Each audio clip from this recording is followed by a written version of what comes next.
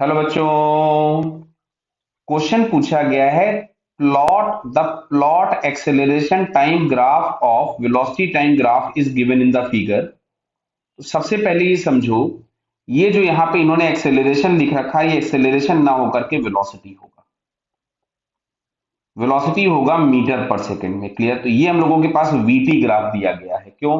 क्योंकि नीचे वाले जितने भी ग्राफ हैं, अब समझो ये सर आपको कैसे पता चला। अगर ये एक्सेलरेशन टाइम ग्राफ होता तो ए बराबर कुछ भी के टी होता, तो v बराबर हमारे पास मिलता के टी स्क्वायर बाई टू। मतलब ग्राफ नीचे वाले पैराबोलिक होनी चाहिए थे, जो कि नहीं दिए गए हैं। अब चलिए वापस आते हैं हम लोग। तो ये वाला जो पार्ट है, मतलब ये जो ऊपर एक्सेलरेशन लिखा था वो गलत हो गया। अच्छा, अगर ये v होता तो v बराबर हमारे पास कुछ के टी, अगर हमने इसको डिफरेंशिएट किया होता तो a बराबर सम कांस्टेंट मिलता, जो कि हम लोगों को नीचे वाले जो ग्राफ दिए हैं वो सारे के सारे कांस्टेंट हैं।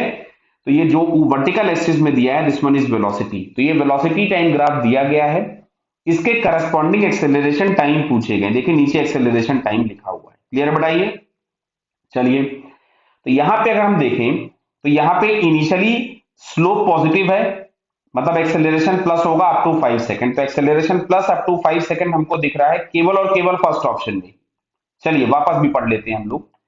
अच्छा, 5 से 15 सेकंड तक आपको दिख रहा है कि इसका स्लोप निगेटिव हो गया। क्यों? ऐसा क्यों बोल रहे हैं आप?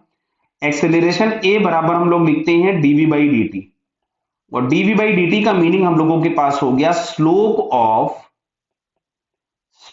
Of VT curve. क्लियर है? तो स्लोप ऑफ वीटी कर्व हमको देता है एक्सेलरेशन। तो यहां पहले हमारे पास स्लोप प्लस है 5 सेकंड तक, फिर 5 टू 15 स्लोप निगेटिव हो गया, अगेन 15 टू 20 स्लोप पॉजिटिव हो गया। बराबर है? तो यहां से अगर हम देखेंगे तो 0 टू 5 स्लोप प्लस है, फिर 5 टू 15 स्लोप निगेटिव हो गया और अगेन स्लोप पॉजिटिव हो गया। तो बेटा ये हम लोगों को केवल और केवल फर्स्ट ऑप्शन में दिखता है। So it's correct answer is first. Okay बेटा, ऑल द बेस्ट।